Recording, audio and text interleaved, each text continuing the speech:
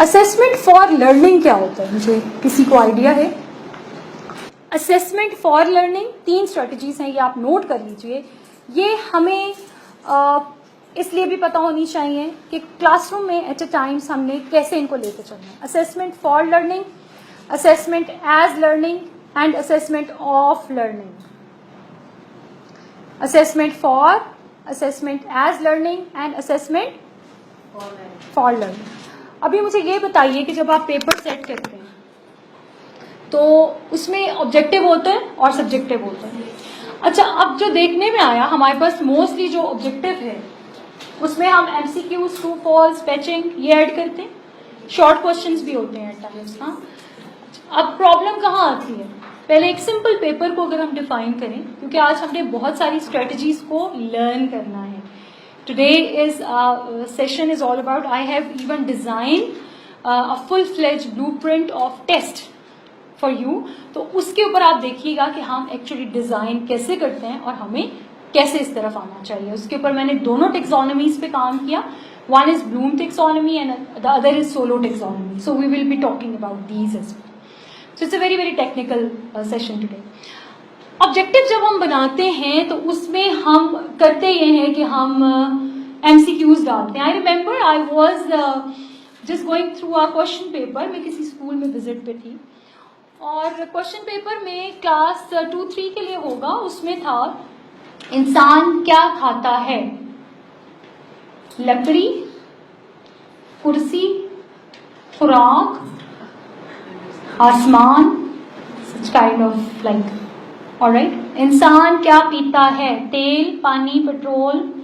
मुझे ये बताइए।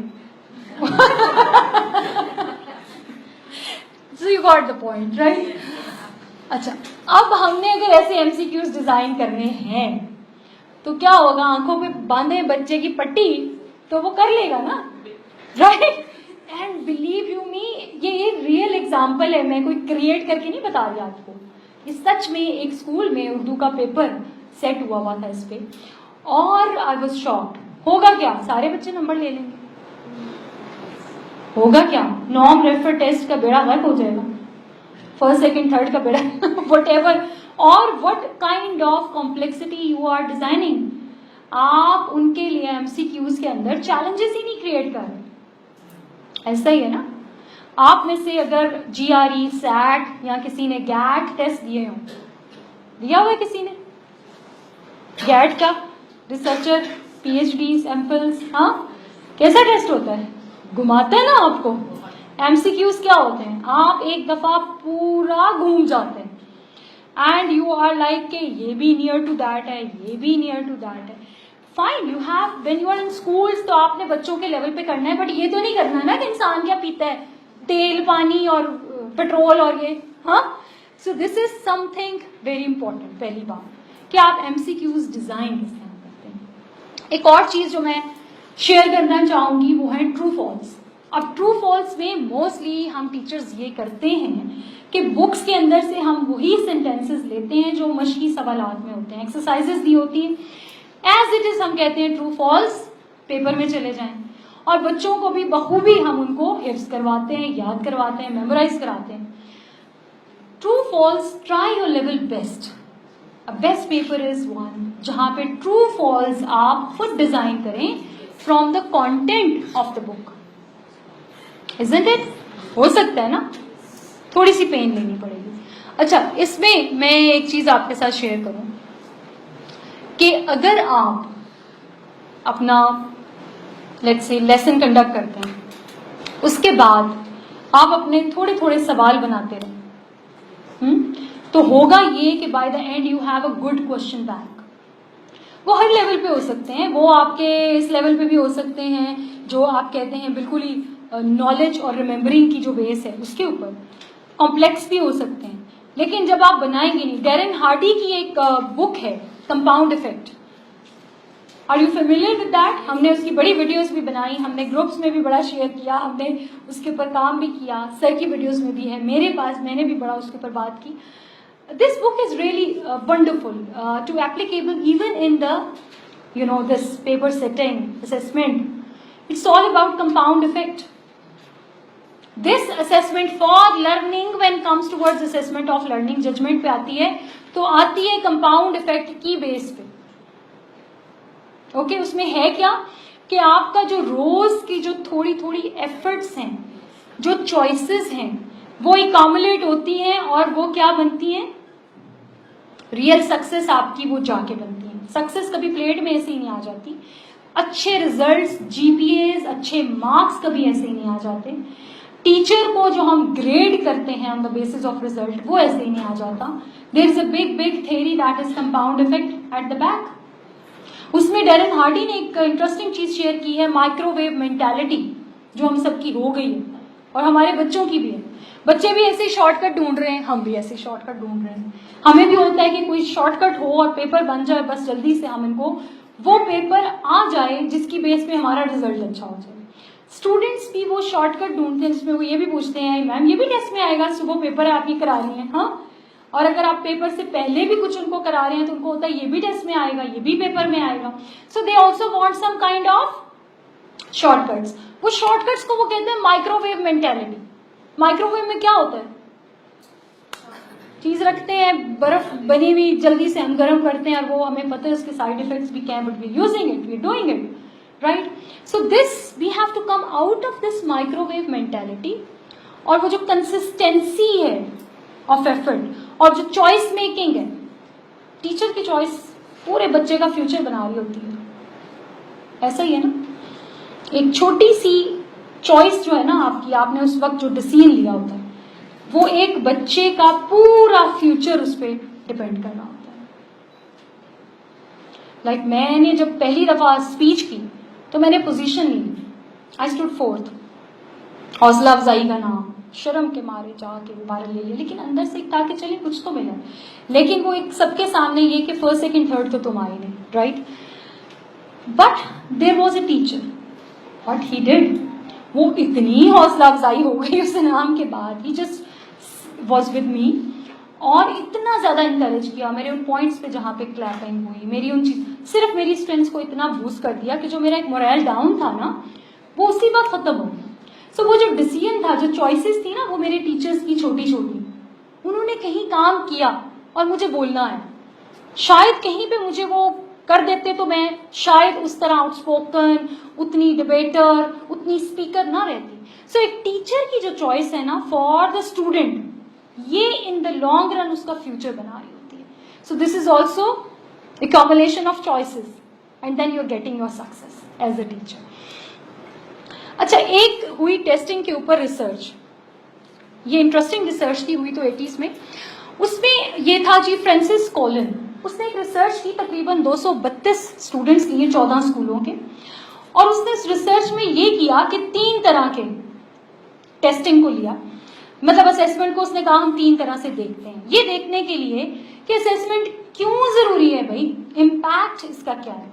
उसने ये किया कि पहला जो उसने ग्रुप लिया स्टूडेंट्स का, वो था जिनको टाइमली असेसमेंट देने पे एक्स्ट्रा बोनस मार्क्स मिलेंगे। ओके, सो उसका नाम उसने रखा पॉजिटिव, ये ग्रुप था उसका।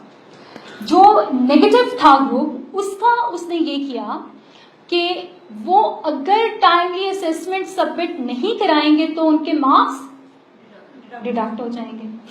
और तीसरा एक कंट्रोल्ड ग्रुप था, उस कंट्रोल्ड ग्रुप के अंदर उसने ये किया कि वो उनको कोई फर्क नहीं पड़ेगा, मतलब वो टाइमली दे रहे हैं नहीं दे रहे हैं असेसमेंट पर्चे, ठीक है, तो उसका कोई फर्क नहीं पड़ेगा। रिजल्ट वाज दैट कि जो नेगेटिव ग्रुप था that was with more strength, that was positive was, negative was actually 64%, ये थोड़ा सा चेंज है, 42% was negative. So the result was that with the negative it was 64%, with the positive it was 42%, and with the control group it was 14%. किस्सा मुख्तसर ये, जज़ा और सज़ा अज़ल से तय है, लिहाजा आप जब स्टूडेंट्स को ये कहते हैं कि आप ये टाइमली इस पे असेसमेंट पे आएंगे तो आपके नंबर कटेंगे, ऑलराइट, तो उसका जो इम्पैक्ट था उसमें ज्यादा स्टूडेंट्स ने वो काम लेकर आए। बोनस मार्क्स के लिए कुछ मोटिवेट हुए जो ब्राइट स्टूडेंट थे, हाँ, उसमें सिर्फ वो क्रीम कुछ मोटिवेट हो गई, उनको क्योंकि बोनस मिलना था मार्क्स का, तो वो हमारे पास सिर्फ 42% आए, और कंट्रोल्ड में आप देखें 14%, जो कि कोई फर्क नहीं पड़ेगा, सो दे वर लाइक दैट, तो उनको उतना फर्क नहीं। Now with that research she come to the point about the value of assessment, that assessment के साथ आप जो ये लगाते हैं ना reinforcement, positive negative, this is very important. अगर हम ये नहीं करेंगे तो स्टूडेंट्स नहीं, मीटिंग द डेडलाइन, ऑफिस में भी ऐसे ही है ना, एज अ टीचर भी ऐसे है, you have to meet a deadline. Deadline meet नहीं करेंगे तो क्या होगा, अगर कोई फर्क नहीं पड़ेगा तो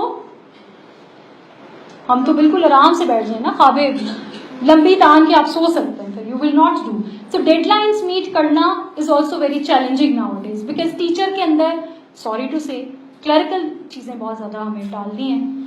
टीचर बेचारा आधा क्लर्क बना हुआ है, उसको बहुत सी जगहों पे उसको ये पेपर फिल करो, ये वाला फॉर्म फिल करो, ये वाला वैल्यूएशन फॉर्म फिल करें, बच्चे का ये वाला फॉर्म फिल करें, फलां का ये वाला करें, स्कूल का ये वाला करें, ठीक है, हेडमिस्ट्रेस की तरफ से ये वाला फॉर्म है, ये फलाना है, ये चीज़ है। और क्या होता है जी, आपके लेसन प्लान तो होते हैं, चलिए वो तो प्योरली आपके लिए है, it's very constructive. Copy checking, exactly, एक और चीज़ आपने नोटबुक्स की बात की, तो हम उस पर भी असेस करते हैं, ऐसा ही है ना, कैसे असेस करते हैं नोटबुक्स पे, राइटिंग पे कैसे करते हैं, ओके, देते हैं हम कमेंट्स, हम सब नहीं देते, हम बहुत से टीचर्स हम में से ऐसे हैं, या आप नहीं होंगे, कोई बाहर वाले टीचर होंगे, वो भी होते हैं बाहर वाले टीचर, बाहर वाले टीचर जो बड़े बड़े टिक लगाते हैं, ठीक है, और वो क्या करते हैं, व्हाट एल्स दे डू, बड़े बड़े टिक लगा देंगे, डेट डाल देंगे, साइन कर देंगे, and that's all. So notebook checking is also part of assessment. ये वो असेसमेंट है जो बोल रही है, बातें कर रही है बच्चे से, ओके। जिस तरह आपका वर्बल फीडबैक इंपॉर्टेंट है, अगर आपका वर्बल फीडबैक जरा भी वीक होगा, बच्चे की असेसमेंट वीक हो जाएगी। जस्ट लाइक दैट, नोटबुक पे लिखा एक एक comment, I remember when I was teaching O level students, I used to write so much on the paper. I know that was not very good effect, but still they knew that thing कि हमारी जो teacher हैं वो इतने ज्यादा इसलिए लिखती हैं ऊपर कि जैसे ही उनके पास पेपर आता है उनको पता होता है कहाँ कहाँ, क्योंकि ओ लेवल्स में there are parameters, you have to go accordingly, आप उससे बाहर नहीं जा सकते। वो उनको पता होता था कि हाँ ये पॉइंट है, इसके आगे ये रिमार्क्स पूरे, वो जैसे पुराने खत नहीं लिखते थे कभी, ऊपर भी भरा हुआ है नीचे भी भरा हुआ है, so it was that kind of checking. और वो दे न्यू दैट कि yes, if ma'am has written this, तो इसका मतलब ये है कि ये है। So they never come, when paper हम चेक करवाते हैं स्टूडेंट से, तो वो कभी मेरे पास सवाल लेकर नहीं आए, क्योंकि उनकी क्वेरीज वहीं पे सॉल्व हो जाती थी। जैसे ही वो पेपर देखते थे उनको नोट से क्लियर हो जाता था यहाँ मार्क डिडक्ट हुआ है तो इसकी क्या रीजन है। हम तो रीजन ही नहीं बताते, हम नंबर काटते हैं। टीचर के पेपर चेकिंग से आइडिया होता है। मैं एवेल्युएशन में रही हूँ, हम पेपर चेकिंग के थ्रू टीचर को पढ़ लेते हैं कि वो कितना अच्छा चेक कर रहा है, उतना ऑब्वियसली वो आपको नजर आ जाता है, उसकी चेकिंग से नजर आ जाता है।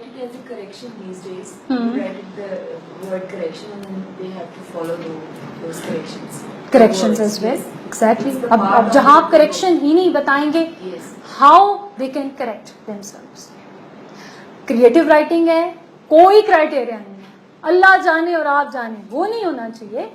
आप हमेशा क्रिएटिव राइटिंग, जब किसी का लिखा हुआ कंटेंट असेस करना है, आपने राइटर्स पैदा करने हैं, टीचर ने करने हैं, टीचर्स ही बना रहे हैं राइटर्स, तो आपने उस कंटेंट को किस पे असेस करेंगे आप?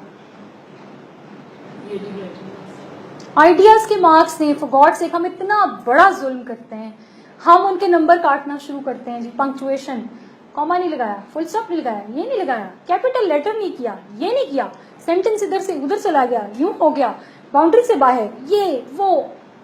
क्रिएटिव राइटिंग कहाँ है इसमें? कंटेंट पे मार्क्स कहाँ है? सारे कट गए नंबर, 20 में से 9 नंबर, that's all. We need to set new criterion for that. जब आपका क्रिएटिव राइटिंग है, मैं कहती हूँ, मैं बच्चों के, मैंने पेपर रख के टीचर्स को गाइड किया, खुदा के लिए इनको नंबर इनके आइडियाज पे।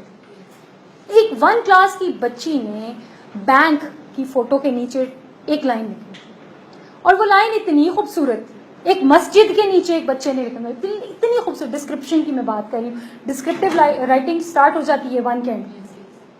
उन्होंने मतलब this is a mosque where all people come, all from all the, बच्चे का कॉन्सेप्ट है ना, ऑल द रिलीजन उसने लिखा हुआ, and they just offer prayer वो इन फ्रंट ऑफ अल्लाह और फ्रॉम ऑल द रिलीजन। उसका कॉन्सेप्ट इतने प्यारे थे, और वो उसमें वही हमने गलतियां निकाली हुई हैं, इधर फुल स्टॉप नहीं है, इधर ये नहीं है, इधर वो नहीं है, 5 में से 1 नंबर। इतना प्यारा आइडिया इसका। एटीएम मशीन का, this I went with my Baba and on every 7th of the month we take out the cash, that is the machine with it। ATM बनी नहीं थी, उसको ड्रॉ किया, खुद ड्रॉ करके उस पर एटीएम मशीन लिख के उस बच्चे ने नीचे वो लिखा हुआ। And you know this is the worth of the idea. भाई वो सोच रहा है बच्चा और वो अपनी सोच से लिख रहा है, लेकिन हम उस आइडिया को ऐसा किल करते हैं with all over parameters, very strict parameters. So